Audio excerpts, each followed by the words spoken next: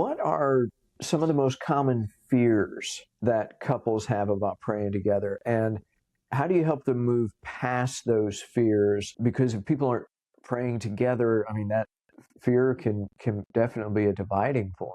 Yeah, why don't we start with what they are, and then we'll kind Okay, of yeah. transition to the ways to move past. Great, Yeah. great question. I think one fear or one issue is habit. If you were raised in a home where prayer wasn't practiced, you might not ever have thought about doing it. You never saw your parents do it, your siblings didn't do it. Maybe you weren't a believer when you got married, so it's like, it's not a habit for us. I think that's one. I think another thing is just insecurity.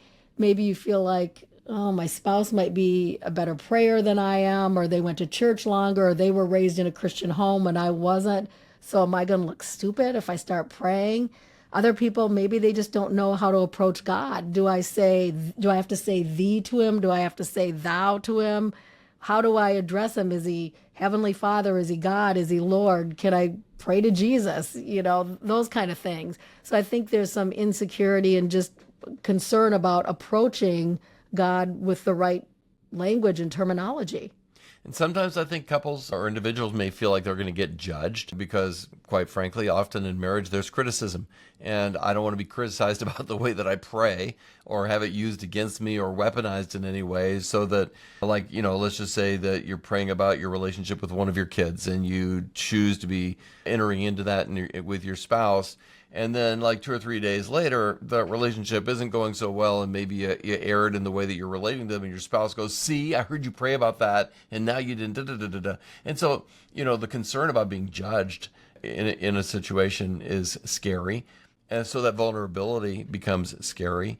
And then there's spiritual warfare. I mean, Satan is going to do everything he can to keep a couple from doing the very thing that they should be doing, which is keeping Christ at the center of their relationship and growing closer to one another intimately through prayer and growing closer to God intimately through prayer.